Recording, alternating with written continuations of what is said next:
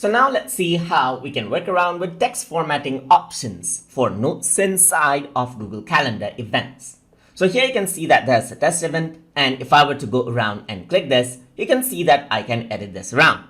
Once I edit this here, you can see that add description is an option. So you can add a description to your guests or something and add in event details. Let's say, for example, this, I'm going to say this is going to be an online event right here.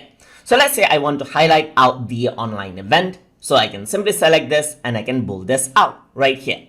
I can also go around and then italicize this out right here or underline it out by using these formatting options right here so I can highlight it more. I can go around, press enter right here, and you can see that I can also go around and change it into list right here.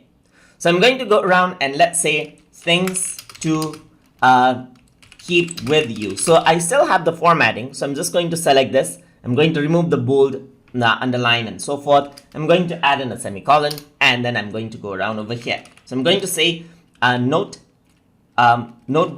and I'm going to say pen, and I'm going to say something like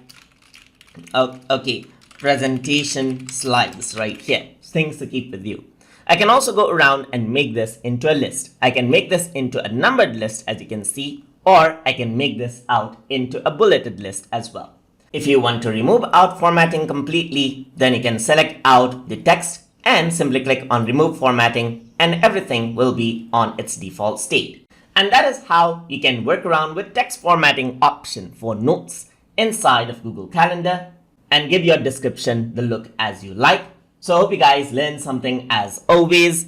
And as always, please like, comment, share, and subscribe.